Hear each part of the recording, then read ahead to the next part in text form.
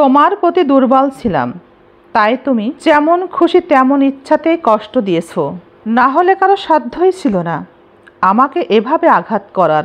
আমি হয়তো হিসাব বুঝি না, তাই তুমি আমাকে ঠকালে। যেদিন ওই উপরওয়ালা হিসাব নিবে সেদিন কিভাবে হিসাব দিবা ভেবে কি দেখেছো সেদিন কোথায় যাবা? আপনার জন্যে যে হারাম এমন মেয়েকে ভালোবাসলে তার জন্য কিছু করলে নেকি পাবেন? নেকি পাবেন না। অথচ স্ত্রীকে ভালোবাসলে নেকি পাবেন। স্ত্রীর মুখে ভাত তুলে দিলে নেকি পাবেন। স্ত্রীর মুখে খাবার তুলে দিলে আপনি নেকি পাবেন। স্ত্রীর চোখের দিকে তাকালে আপনি নেকি পাবেন। তাকে আদর করবেন, যত্ন করবেন, তাকে সময় দিবেন, তার সাথে অন্তরঙ্গ সময় কাটাবেন, ঘুরবেন, বেড়াবেন, নেকি পাবেন। স্ত্রীর মুখের দিকে তাকাবেন, নেকি পাবেন। অন্য যে কোনো মেয়ের জন্য যা কিছু করেন নেকি পাবেন না, কিন্তু স্ত্রীর জন্য করবেন, নেকি পাবেন। ভেবো না আর কষ্টে আছি, নিজে ভালো থেকো, নিজেকে যত্নে রেখো। তুমি যে সুখের জন্যে আমার থেকে দূরত্ব বাড়িয়ে দিয়েছ সেই সুখ যেন তোমার স্থায়ী হয়।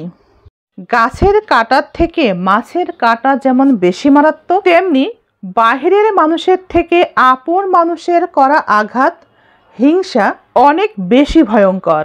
একটা কথা মনে রাখবেন, আপনার কথা না বোঝা মানুষটার কাছে আপনার ব্যথা মূল্যহীন। স্ত্রীর মধ্যে যদি এই দুই ধরনের আচরণ থাকে তবে তাকে কষ্ট দিবেন না।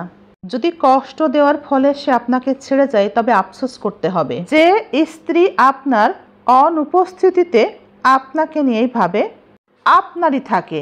2 নাম্বার, যে স্ত্রীর সাথে ঝগড়া করেন, তাকে কষ্ট দেন, তবু সে আপনাকে পাগলের মতো ভালোবাসে। আপনার পিছনে আপনাকে নিয়ে অনেকে বাজে কথা বলে 3টা কারণে। 1, যখন আপনার অবস্থানে তারা পৌঁছাতে পারে না। 2, আপনার যা আছে তাদের সেগুলো নেই। 3, আপনার সমমানে তারা পৌঁছাতে চায়, কিন্তু তারা জানে তাদের পক্ষে তা সম্ভব না। আপনার মতো তারা হতে চায়, কিন্তু তারা তা পারে না। আনন্দের পিছে নিজে না ছুটে নিজেই হয়ে উঠুন আনন্দের উৎস। আনন্দকে খুঁজে না বেরিয়ে গড়ে তুলুন আনন্দময় ব্যক্তিত্ব। কখনো কখনো হয়তোবা একটি সুন্দর মুখ আপনার দৃষ্টি আকৃষ্ট করবে, কিন্তু অনেক বেশি একটি সুন্দর ব্যক্তিত্ব আপনার হৃদয়কে আকর্ষণ করবে। কথায় কথায় মিথ্যা বলবেন না। কথায় কথায় মিথ্যা বললে মানুষ তার ব্যক্তিত্ব হারায়, তখন কিন্তু কেউ তাকে বিশ্বাস করে না।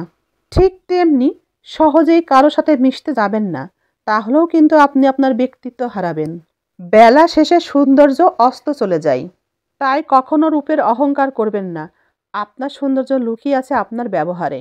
ঘরে স্ত্রী থাকার পরও পরকীয়া কেন করতে যাবেন?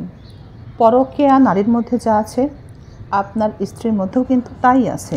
পরকীয়া যেসব নারী পুরুষ করে তারা বেকার ঘোরে, তাই তারা মিষ্টি মিষ্টি কথা বলে, তাদের আবেগেই মিষ্টি বেশি, তাদের আবেগী কথাও তাই মিষ্টি বেশি, তাদের মিষ্টি কথায় এতটাই আবেগ বেশি, আর আপনি এই কারণেই তাদের পিছনে ছুটছেন।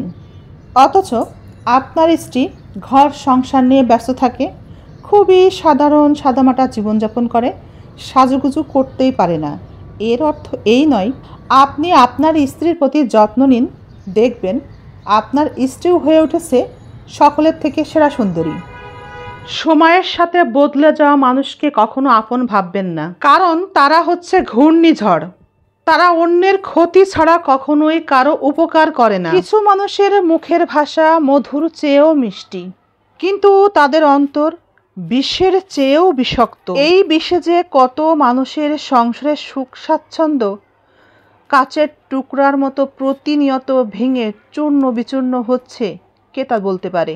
মানুষ অন্যের দোষ দেখতে পেলেই বিচারপতি হয়ে যায়, আর নিজের দোষ ঢাকতে গিয়ে উকিল ব্যারিস্টার হয়ে যায়। এই হচ্ছে সমাজের এক ধরনের মানুষের দুমুখ চরিত্র।